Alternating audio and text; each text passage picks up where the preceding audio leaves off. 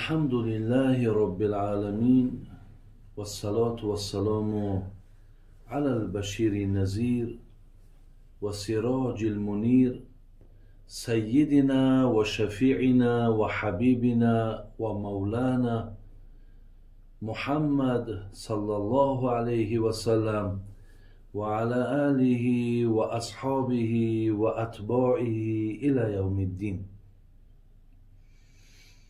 از الله مهربان خواهان او هستم که خداوند خواهشات و مقصودهای نیکی همه شما را الله مهربان حاصل گرداند و هر یک مشکلات و سختی هایی که باشد خداوند از بالای سرتان دور گرداند و الله مهربان تمنیات و مقصودها و حاجت هایی که دارین اگر نیک باشند خدای مهربان با فضل کرمش حاصل گردانم و از الله مهربان خواهان او هستیم که خداوند حیاتی با ایمان، حیاتی که پر از بندگی باشد برای یکایک ما و شما خدای مهربان نصیب بگرداند و از الله مهربان خواهان او هستیم که گذشتگان همه ما و شما را رحمت و مغفرت، بیماری هامون شفای کامل و وطن عزیز ما و شما را، دیار عزیز ما و شما را خدای مهربان همیشه در حفظ و امانش نگهبان باشد. برادران عزیز و گرامی، من چند روز پیش در اطراف عالم جین گویم، یک دنیای جین که برای شما یعنی معلومات دادم، انشاءالله کسی که گوش کرده باشد در اطراف جین شاید که بعضی نافهمی ها یا اینکه بعضی نفرهایی که حتی باوری هم که نداشتن که اینش بسیار خطرش با زیادتر است، به خاطر که به آیت های قرآن وجود جین ثابت شدگی هست، من به سمع شما انشاءالله رسانیدم. ولی شاید بعضی ناگفتنی ها اگر در همین باب باشد، مقصد از دیدن جین که ما در ابتدای صحبت ما گفتیم که خودی همین کلمه جین به معنای ناعیان بودن، یعنی چیزی را وقتی نمیبینی او را جین میگن. اصلا جین به همین خاطر است. ولی گاها احیانا امکان دارد که انسان جین را ببیند، چگونه که پیامبر نازنین مانم با جین ها صحبت داشت، برای اونها سوره الرحمن خوان و آمده با در بین اصحاب و یک قصه کرد. همچون ابو هریره که حدیث امام بخاری بود که برای شما گفتم که 3 بیگاه مقصد جین خچ در صورت آدم در آورده بود و از اونجا میخواست که خواه خرما بود، خواه گندم بود، مقصد میگرفت برای خوردن، یا خودش بود یا فرزنداش بود، میبرد. خلاص یعنی دیدن جین امکان دارد. من در کتاب دیدم عزیزای خدا گفتن که به صورت همون شکلی بسیار بد و درشتش ممکن است که انسان او را نبینه، ولی وای خودش اگر در شکل یا صورتی اگر انسان در آرد یا حیوان در آرد، که ما دیدیم که بسیار تر با سگ سیاه، گربه سیاه، مار سیاه خودش تبدیل میداد، با اون صورت ها کند، دیدن وی مقصد امکان دارد. ولی اون صورت بسیار دهشتی که صاحب شاخ بودن، صاحب مثال کله های کلام بودن یا چشم های بسیار ناخوب بودن، با اون شکل شاید که انسان نبیند او را. از این لحاظ این یک مسئله دیگری. و مسئله دیگری که آیا من بعدا سوال دادن که آیا جین ها قوت برداشتن یا قوت از خانه چیزی را دزدیدن دارند یا ندارند. اینجا هم برادران عزیز من یک حدیث برای شما میخوانم، شما اهمیتین. پیامبر گرامی صلی الله علیه و سلم گفتند که امام بخاری میارد انا قال رسول الله صلی الله علیه و سلم اغلق بابک واذکر اسم الله و اطفئ مصباحک واذکر اسم الله و اوک سقاءک واذکر اسم الله و خمر اناءک واذکر اسم الله ولو تعرض علیه شیئا. برادرای عزیز، پیامبر گرامی گفت که هرگاهی که شما در را میپوشین، در خانه‌تان وقتی میپوشین، بسم الله الرحمن الرحیم گفته یا بسم الله گفته در پوشین، یعنی اسمی الله را برید. هرگاهی که اگر چراغی را خاموش میکنین، بسم الله گفته خاموشش کن. هرگاهی که اگر ظرف آبدار اگر میخواهی که بالاش پوشانین، پوشاندن ده بسم الله الرحمن الرحیم گفته مقصد دهن آب پوشان. و همچنان هر یک کاری را که در خانه انجام میتین همراه بسم الله الرحمن الرحیم گفته اگر انجام که دادی، پیامبر ما گفتن که این حالت ده شیطان، یعنی دیگر قدرت کشادن در شما یا سرپوش آب گرفتن یا چراغ گریان کردن، دیگر این قدرت پیدا کردن نمیتونه وقتی به نام الله اگر وقتی شما وای میگذارید. در زیر همین حدیث برادرای عزیز از جناب حافظ ابن حجر اسقلانی میگد فی فوائد حدیث ابی هریره و کلامه مع الجنی الذی کان یسرق من تمر صدقه. حضرت مقصد در همینجا یک سخن میارد که میگد فایده این حدیث میگه در این است که یعنی جنها میگد جنها و ان الجن یاکلون، جنها میخرن،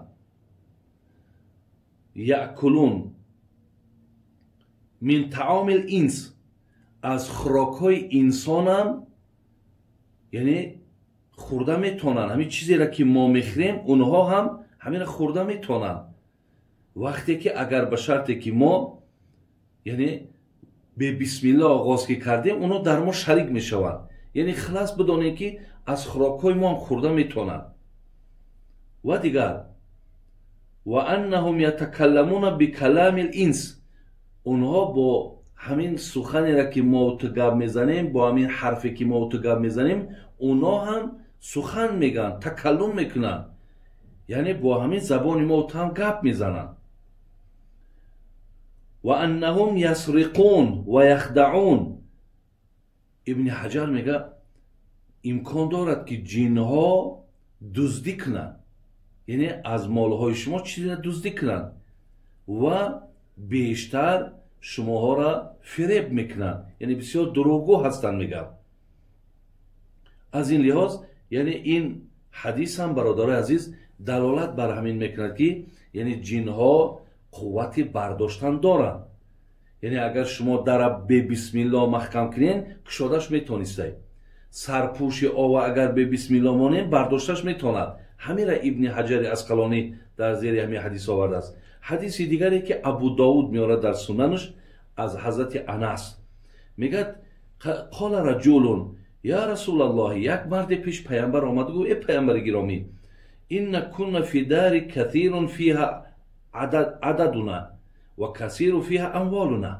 ای پیامبر گفت ما در خانه آدم بسیاریم، همچنان مالمون هم بسیاره. فتحولنا الى دار اخرى، وقتی که ما گفت از اینجا کوچیدیم به دیگر خانه رفتیم، مالهامون کم یافتیم، قسمت مالهامون نبود. ای پیامبر گرامی همینجا چی باشد؟ علاج همین چیه؟ حکمت همین چیه؟ پیامبر ما گفتن که ذروها زمیمت، شما گفتن همون منزل گفتن ترکش کنین، دیگر در همون منزل بازگشت نکنین که یعنی مکانی خوب نبوده است. در اینجا در شرحش میگه که یعنی امکان داشته است که همون مالهای همواره، چیزهای همواره، یعنی جنها برده باشند. زین لحاظ برادر عزیز، ایرا من برای شما ناگفته نماند گفته، من به سمع شما این هم رسانیدم. الحال برادران عزیز، من صحبت امروزم برای برادرانی که امروز همچون جینخان معروفن، یعنی نام فلانی را میگیرن میگن بسیار جینخان ای، یا در ما مردم اول دعاخان معروف بود، حاضر به جینخانی مردم معروف شده است. از این لحاظ من به برادرانی که امروز این راه را انتخاب کردن یا بگیم به همین کار سر کار دارن، یک مراجعت دارم. مراجعت من یک مراجعت برادرانه است. مراجعت من همین است و از روی دانشم، از روی خواندگیم، این که این کاری را که شما برادرای عزیز دست گرفتین و این کاری را که آغاز کردین و به این کاری که شما سر و کار دارین، بسیار طی کردن همین راه را طی کردن تا همون منزل آخرش رسیدن خیلی کار دشواره. ایرا دانسته باشین. ایرا دانسته باشین برای انسانی که از عهده آن چیزی که من در اینجا میخوانم اگر برآمده تواند، انشاءالله اینها تا همون منزل آخر رفته میرسن و انشاءالله ثواب میگیرن، اجر میگیرن، پاداش میگیرن. بین در نزد مردم ارزش هم پیدا میکنن، احترام هم پیدا میکنن. لیکن اگر آن چیزهایی را که من حاضر گفته میگذارم در شما نباشد برادران عزیز، اگر مقصد فقط ببینین که همین یک راه زندگی یا یک راه چهار تنگه به دست آوردن ای، ولی شما از آن چیزهایی را که من در اینجا برای شما میگم که باید جینخان اینها را با خود داشته باشد نداشته باشی، برادر عزیز این کار را برای خودت پیشه نکن، زیرا این کار خطرناک است. در این حالت تو در نزد جین بسیار ضعیفی، هیچ قدرت و قوتی نداری و زود است که او خودت، عائلت، فرزندات بسیار زیان کلان میده، بسیار ضررهای زیادی ده تو روبرو میشه.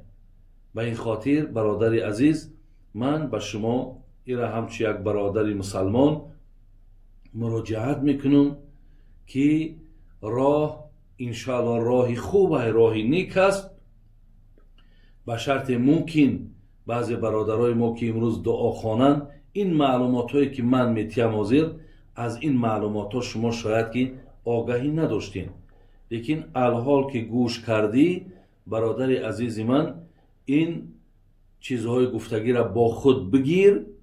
این یک مصلحت است، یک نصیحت است، یک خیرخواهی من در حق تو است. این را بگیر که تا که هم در بین مردم و هم در نزد الله هم برادر عزیز شرمنده نشی، خار نشی، مقصد بدنام نشوی. اینها را من به همین خاطر به سمع شما همچون غنیمت شماریدم. امروز همین امکانیت و به گوش شما میرسانم که تا شما این را با دقت گوش کنید. برادران عزیز و گرامی، انا برای آدم جینخان من 1 2 3 4 خوانده رفتن میگیرم چی چیزها مهم است. چیزی که در شریعت ببینید که میگه والاولا بالامامتی اعلم بسنتی، یعنی کسان نماز مردم خوانده میتونن، کسان مقصد پیش میدراین، کسان امام شده میتونن که اونها وقتی که عالمی به سنت باشن، یعنی هم ظاهری سنتی داشته باشن، یعنی دارای مثال سله دارن، دارای مثال سرپوشن، ریش دارن، مثال جلک دارن، بین یعنی هم ظاهرشان به سنت آراسته شده است و هم از علم قرآن، از علم فرض، واجب، سنت، مستحب، مکروه، مباح، مفسد، همه اینها آگاهی داره. این آدم وقتی که از همه اینها که برخوردار شد، بعد پیش می درآید و مردم از پشت او اقتدا میکنن. انا برای همین برادرای جنخانی ما هم مهم آن چیزهایی که من میگم با خود داشته باشی دادر عزیز. انشاءالله تو در راه نمیمانی، یعنی تو شیط در راه بود نمیشود، یا تو در فلاکت و در حلاکت و در شرمندگی ها هیچ وقت انشاءالله مبتلا نمیشوی. اکن گوش کن سخن مرا برادر عزیز. یکم، دعاخوان برادر عزیز باید نه کم از 1 پاره قرآن هر روز خواند. اگر بالاتر 3 پاره خواند نور بالای نور میشود.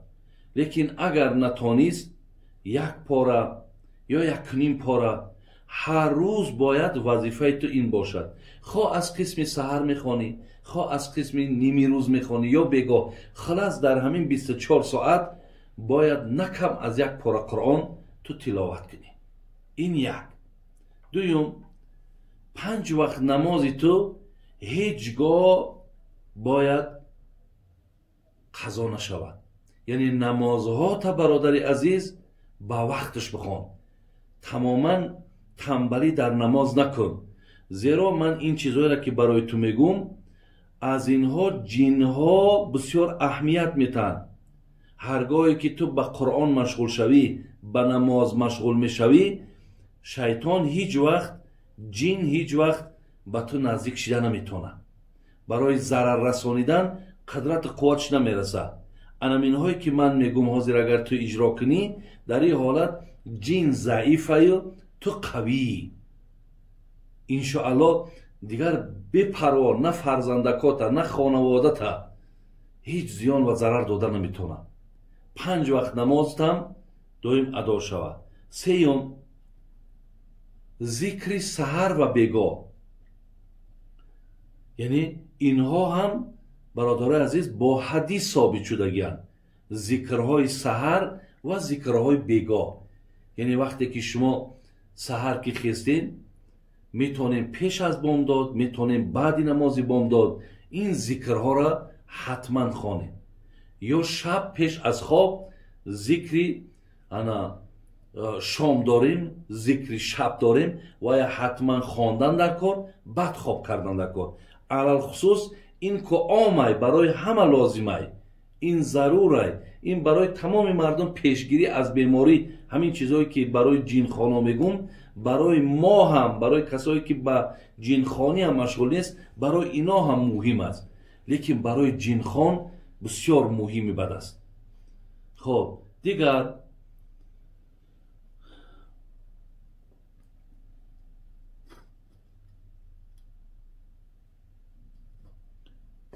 چهارم،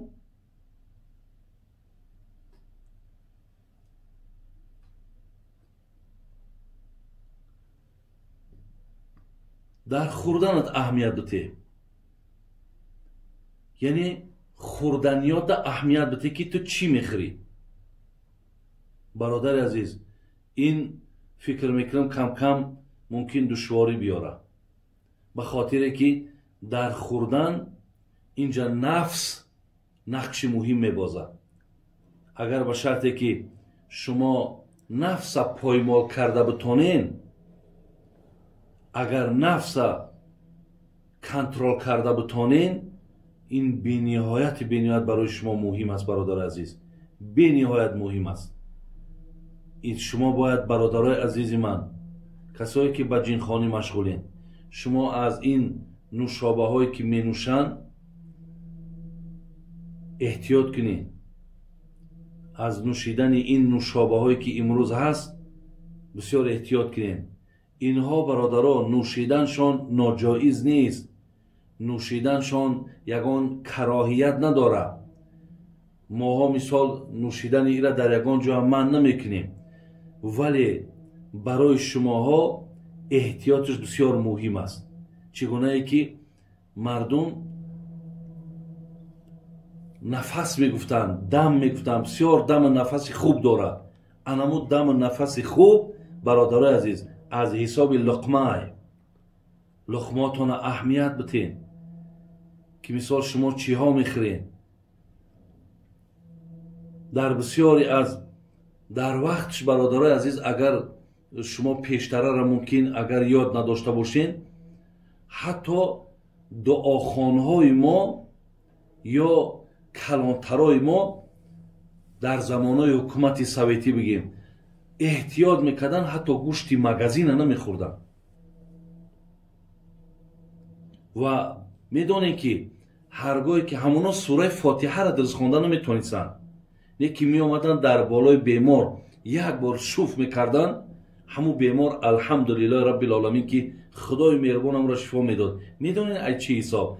ای حساب پرهیز و تقوای خود همونا پرهیزکار بودن.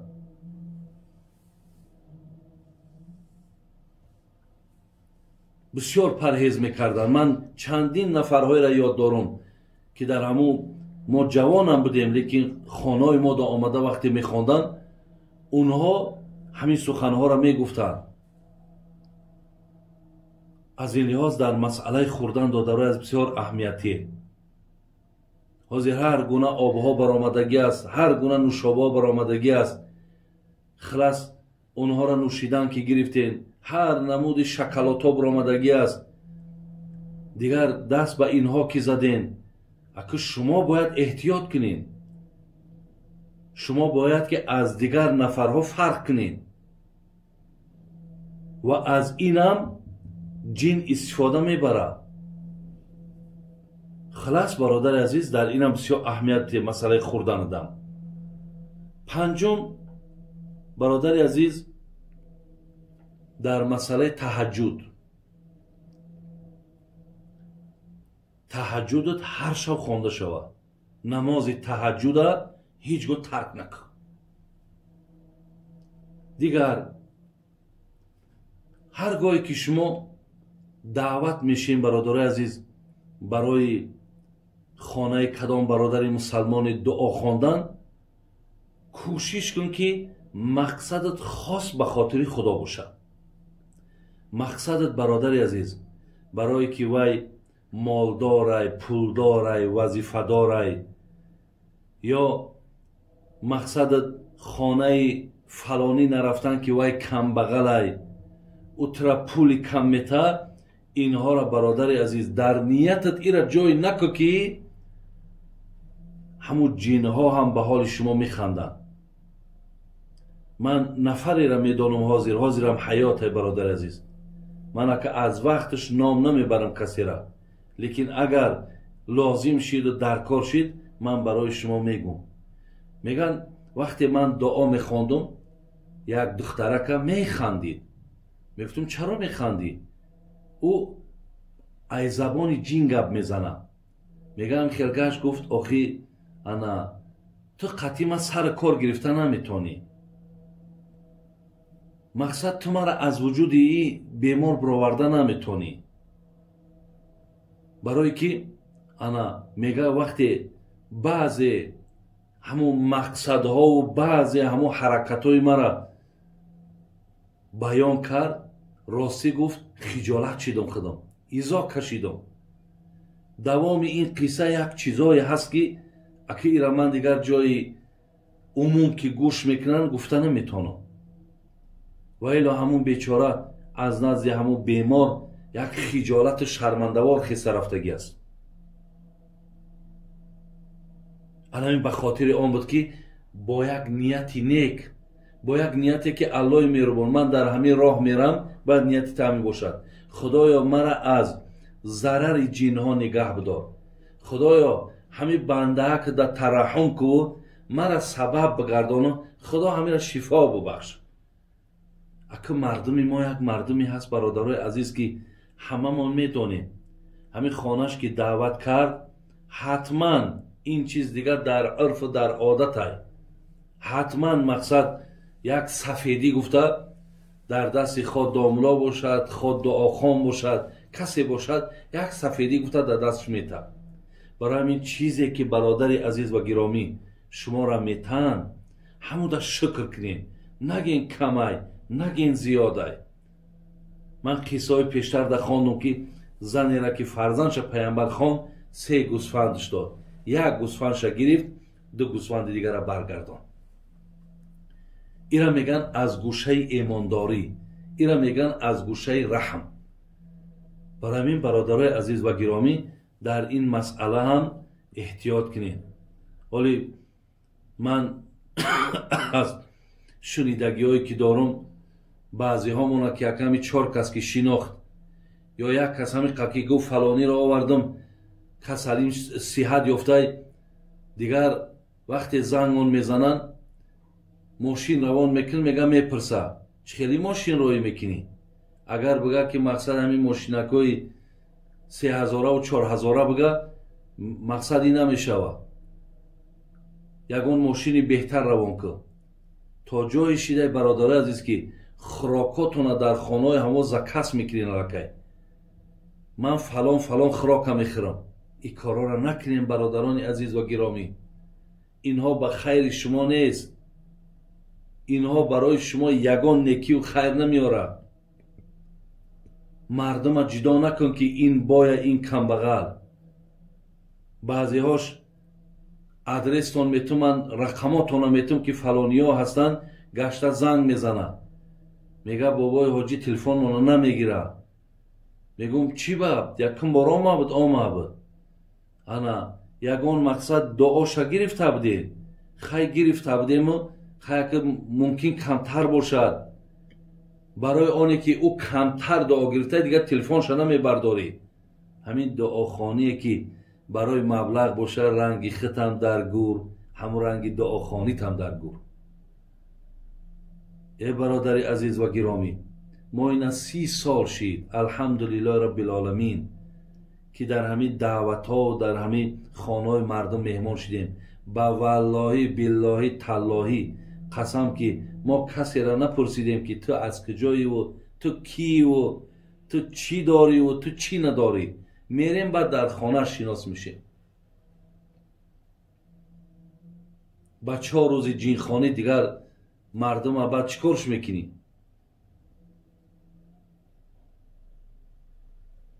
баъд медонӣ ки ҳамин ниятҳои нопоке ки қатӣ ту мерай, ҳамун касалиро агар ба шарте ки як нимкола, як беҳбуд шавад, иса биё бо ҳам 1 рӯз ё 2 рӯз пас бо ҳамон мубталоам беморӣ мешавад. иллатша бидон ки барои чӣ ай, сабабша бидон ки барои чӣ ай.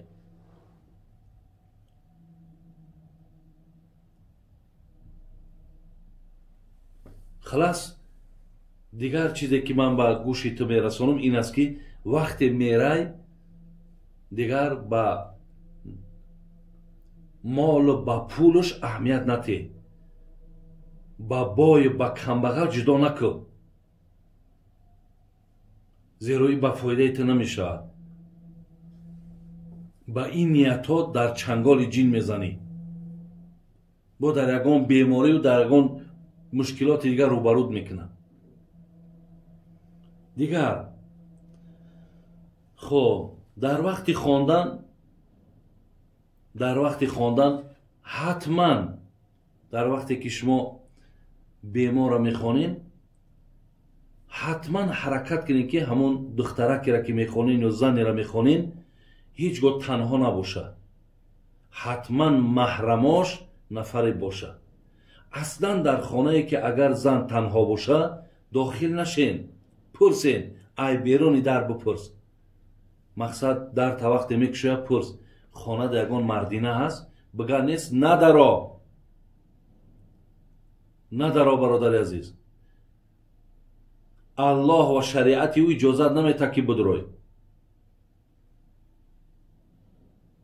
то агар маҳрам набошад, агар бошад бигӯ файрод кунен, мардиноро мардино ба мардино қатъи дарун бидуроед.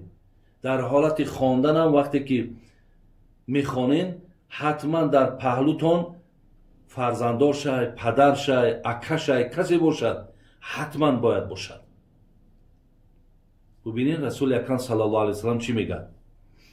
میگد انعاز ابن ربیعه حدیث روایت میکند، امام احمد در مستدش آورده، من کان یؤمن بالله و الیوم الاخر، پیامبر میگه کسی به خداوند و روز آخرت ایمان دارد، فلا یخلون بامرأة لیس معها ذو محرم منها، هیچگاه تاکید میکنه، ببینید هیچگاه میگه با زن در حالت تنهایی به محرمش هیچگاه نشیند. فإن ثالثهما الشیطان، این پیامبر مهربان، این پیامبر بسیار غمخوار ما میگه که زیرا سیوم شما شیطان میشود. یعنی اگر به شرطی که شما تنها در آمدین خواندین، سیوم شما شیطان است. همون نفرهایی که تنها خواندن نواراشون در یوتیوب و در تلویزیون دیدستین که این بدبختا نه تنها مقصد آبرو یا اینکه بگیم که قدر قیمتشون ای بین بردن، این بدبختا یک ضربه و یک داغ در دین زدن. مردم که ریشی او را میبیند، سله او را میبیند، مردم که اعوذ بالله و بسم الله او را که میبیند و بعدا که دست مثال به این کاری ناجایز که میزند، بین همین را مجبور شدن که بکنن که تا که دیگراش برای دیگراش پیشگیری شود. از این لحاظ پیامبر نازنین میگه سیوم تون شیطان میشود. احتیاط که برادر عزیز، آبروی خودت میل شکر، تو آبرو میداشتی این کار نمیکردی، لیکن در دین شما داغ میارین. وقتی رفتی هم بیماره، شر نیست که روی بیمارت نگاه کنی، شر نیست که دست دراز کنی در دست بیمار و پای بیمار بخپی.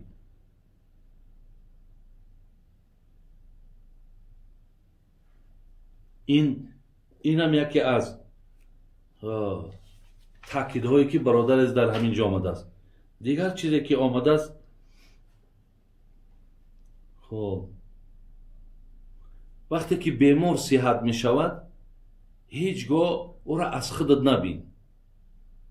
وقتی بیمار خداوند شفا داد، زنگ زد که داملا یا حاجی یا قاری خدا برکتت کرد که بیمار ما شفا یافت، بگو این فضل الله بود، او شفا را الله دادگی، منم یک آدمی سببیم، یک آدمی واسطه شدگیم، ای دستی ما هیچی نمیاد.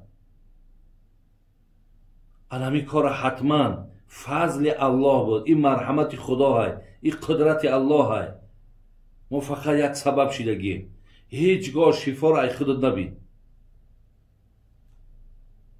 دیگر برادرای عزیز میبینیم بچه ها خواندناشون را زپس میکنن، یعنی یک بیمار را میخوانن بعد زپسش میکنن، بعد در دیگرایشون میتن اینا نگاه کرد. یکمش که ای برادر عزیز، ای ریای، ای رکلام های، ای خودنمایی های. دیگر اینکه شما آبروی همون آدمی را که در همون جا میخوانین در بین مردم در عزت نفسی همه آدم میرسید. او آدم وقتی مردم میبینه و میشناسه در یوتیوب، این آدم میبینن در یک حالت ناگوار پگاوی سیاه شده است، خودش که اگر دویم باره ببینه هزارها حقارتت میکنه تره. این کارم نکنیم برادر عزیز. بیمارها را مثال در نوار نگیریم.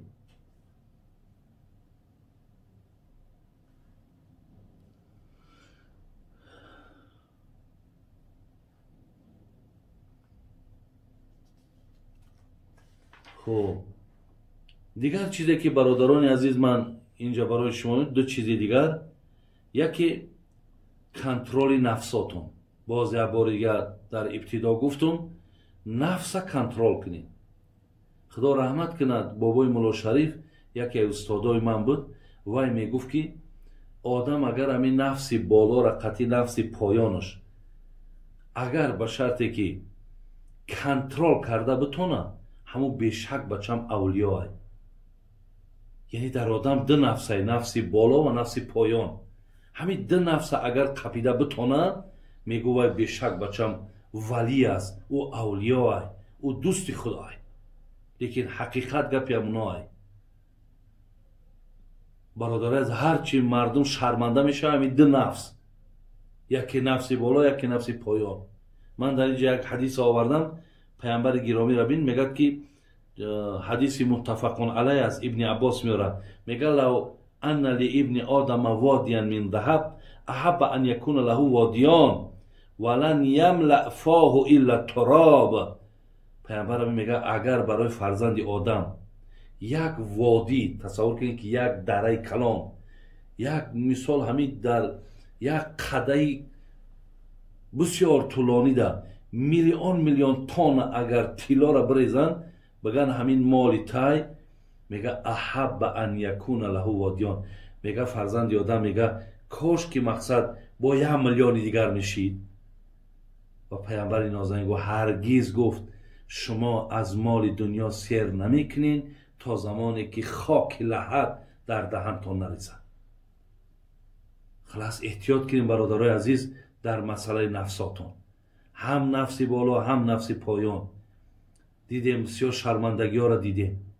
بسیار احتیاط کنین برادرای عزیز، خودتان احتیاط نه، دینتان احتیاط کنین، شریعت احتیاط کنین که اینام بعضی از پلیده ها شریعت ما بدنام شدیسه.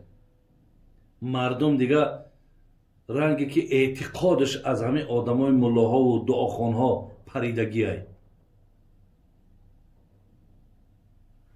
در اخیر برادر عزیز چیزی که برای شما بسیار مهم است این ترس خدا است.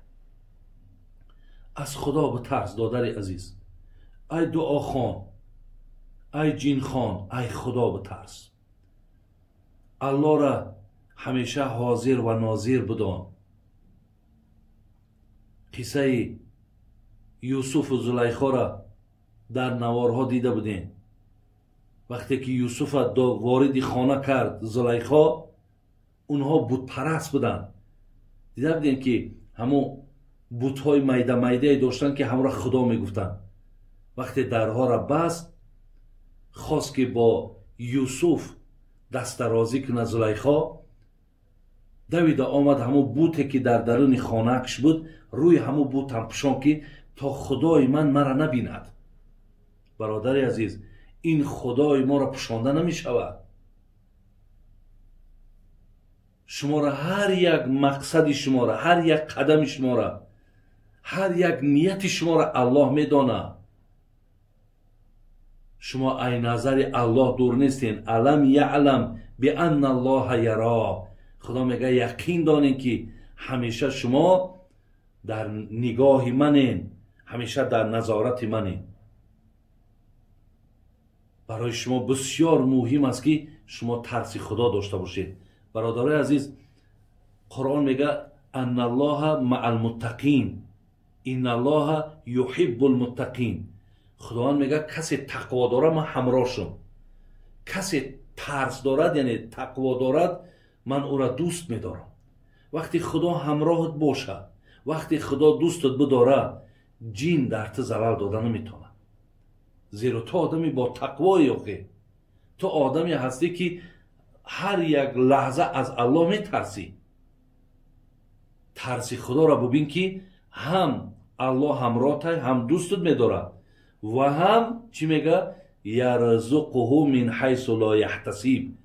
حتی همون کیسه ها تا بگیم دستا تا پر میکنم از مال دنیا، اگرچه در گمانت نیست، فقط از من بترس. ترس خدا برادر عزیز مقصد عدد بیماری های ترا کم نمیکنه. ترس خدا را بین هم ای جین نگهت میداره، هم برادر عزیز هم با از امکانات هم خوب میکنه، شرایط هم خوب میکنه. خدا خودش وعده داده. خدا رحمت کند. صوفی علیه را میگو چونین نقل است اندر ساعتی روز، جنید اندر ره میرفت با سوز. و ناگاه دید آن ملعون شیطان، به مکاری شده شد طیف العریان. میگه جنید بغدادی میگه یه روز در راه میرفت که дид ки шайтон хича дар сурати кӯдак дроордай. ака кӯдак ҳама дӯст медора ку мардам гирифтаву навозиш кестану мепартоям болову бусаш кестану. вақте мега Боязид дидаш, ҷунайди бағдодӣ вақте ки дид шинохташ. ҷаҳад дар гардани ҳар кас савора, ҷунайд андохт сӯи ӯ назора. бигуфт ай лаънатӣ шарме надорӣ, ки худро бар сари мардум барорӣ. гуфт эй лаънатӣ, ман туро медонам, ё намешиносам, ту шарм намекунӣ ки дар гардани ин мардум свор мешай. бигуфт ай лаънатӣ шарме надорӣ, ки худро бар сари мардум барорӣ. отура аз пушти ҳамин одам худо нобутат кард, пешат кард, лаънатат кард, бо дар болои гардани ҳамин одамо свор мешай. бародаро, инҷа да тамошо кунед. ҷин чӣ гуфт? иблис чӣ гуфт? шайтон чӣ гуфт? бигуфт иблис, мардум нест инҳо, чӯ гову харчарон дар рӯи дунё. بود مردم همان قومی جگرریش که راه حق پرستی کرده در پیش. گفت ای جنید، گفت اینهایی که من سوار میشم، اینا یک نفری هستند، اینا نه در خوردنیشون اهمیت میتن، اینا نه در پوشیدنشون اهمیت میتن، اینها نه در فرمان خدا هستند. اینها یک آدمایی هستند که هر چی باد و باد گفته، هر چی پیش آمد خوش آمد، یا همونا هم. من اینها را مقصد یا را همچی یک گاو و خر میدانم. اونهایی را که مثال تو در نظر داری، اونها نفرهایی هستند که از الله میترسند. اونها را من سوار شده نمیتونم، اونها را مقصد بازی درانده نمیتونم. شیخ سعدی میگفت حکایت کنند از بزرگان دین، حقیقت شناسان عین الیقین، که صاحب دل بر پلنگی نشست، همه رفت رهوار و مار بدست. یکی گفتش ای مردی خدای، بعد این راه که رفتی مرا راه نمای، چی کردی که درنده رامی تو شد؟ چی کردی که درنده رامی تو شد؟ که نگین سعادت به نامی تو شد؟ بگفت ار پلنگم زبون است و مار، وگر فیل و کرگس شگفتی مدار. تو هم از حکم داور سر مپیچ، که سر نپیچد زی حکمی تو هیچ. یک صاحب دیل میگه دیدن در بالای پلنگ دستشته یک ماره. مردم تعجب کردن، گفتن این درنده را تو چه سوار میشای و این مار چرا تو نمیگزد؟ میگه گفت اگر پگه در بالای فیلم که دیدین با در دستم کرگس هم تعجب نکنین. گفت میدونین سکرتش چیه؟ تو هم از حکمی داور سر نپیچ، که سر نپیچد زی حکمی تو هیچ.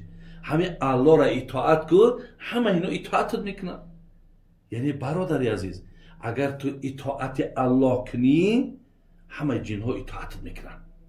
حتی جن ها اطاعت نه، جن ها مقصد به تو نزدیک نمیشون. جن ها هیچ وقت به تو زیان و ضرر رسانده نمیتونن. از این لحاظ برادر عزیز و گرامی، در این مسئله خیلی باید. در اخیر یک قصه را من همینجا از جناب امام احمد حنبل که ترس خدا داشت میخوانم و دعا میکنیم.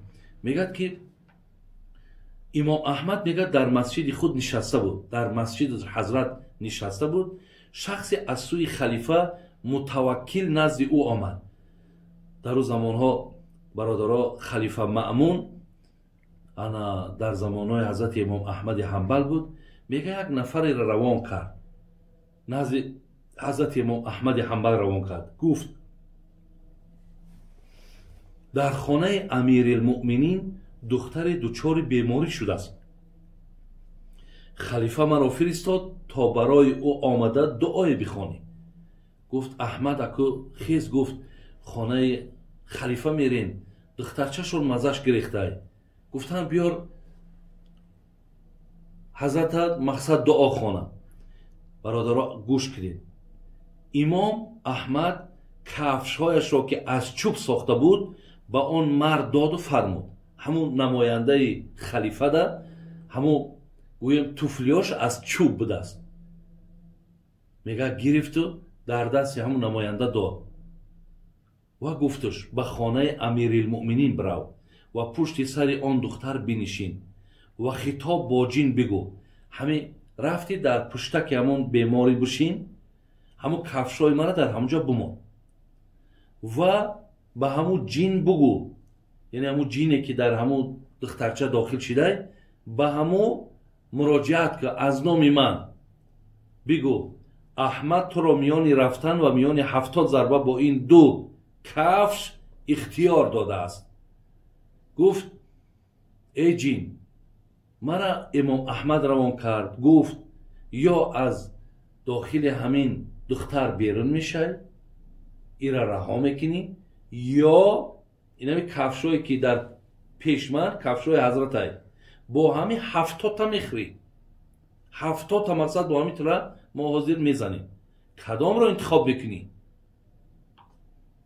آن مرد میگه در حالی که کفشای امام احمد رو در دست داشت برگشت و پشت سر دختر نشست و پیغام امام احمد را با او رساند.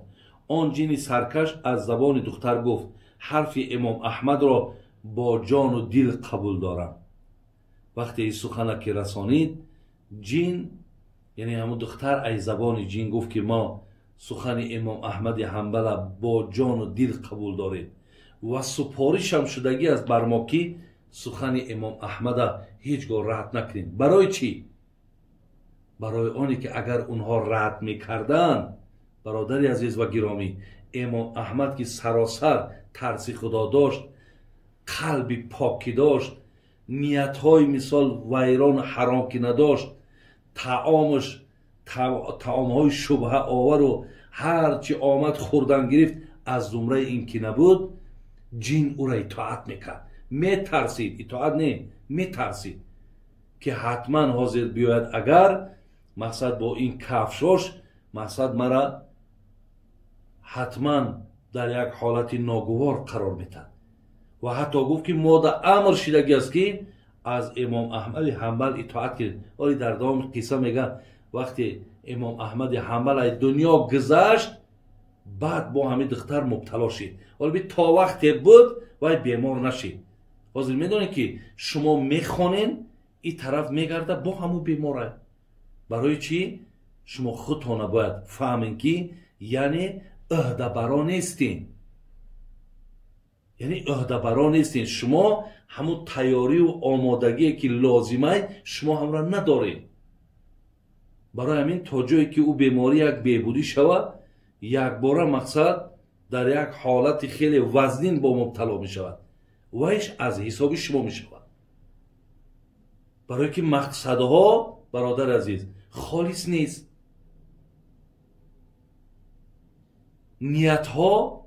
نیت‌های از برای خدا نیست، برای همین نتیجه نمیده. ولی در همین امر معروف هم 5 چیزی را که ابوالای سمرقندی میاره یادش میاد، میگه اگر تو نیتت به خاطر خدا نباشه اینمی اگر شب روز که بگو یک آدم ای گپی تو یعنی سبب هدایت یک نفر نمیشه. یکی از سبب هایی که مردم گپی تو را گوش میکنن این است که مقصد تو نیت تو خاص به خاطر خداه. ان همین جمع بین مقصد امام احمد حنبل از چی عبارت بود؟ یک کفشاش بردن خودش نرفت، میگه بیمار جین مثال ای وجودی او دور گشت. وقتی حضرت ای دنیا گذشت دویم باره میگه همین جین آمده در همین دخترک با وارد شد. از این لحاظ برادر از من اینها را آوردم چگونه در اول گفتم من یکی از خیرخواه شما، یکی از بگیم که بدخواه شما نیستم یا در راست شما یگان مقصد غرضهای بدی ندارم. اینها را گفتم که تا که شما از این پیروی کنین با یک گویم از همین وظیفه‌ای که در پیش گرفتین از همین از اردش برآمده بتونید تا مردم با شما رحمت بگن. احتیاط کنین برادران عزیز و گرامی، حرکت نکن که همین نام من مقصد شهرت من بلند شود. اگر به شرط نام تن بلند شد شهرت هم بلند شد خطابا کنترل کن دیگه ایتری ای حد دیگر هر کس ناپسندی و اهمیت ندادن و دیگر مردم قطعی دغلانه گپ زدن و اینها را نکن برادر عزیز که این برای ما و شما زیبنده نیست. الهی مهربان تنی صحت و ایمان کامل و سعادت دنیا و آخرت نصیب گرداند. آمین یا رب العالمین.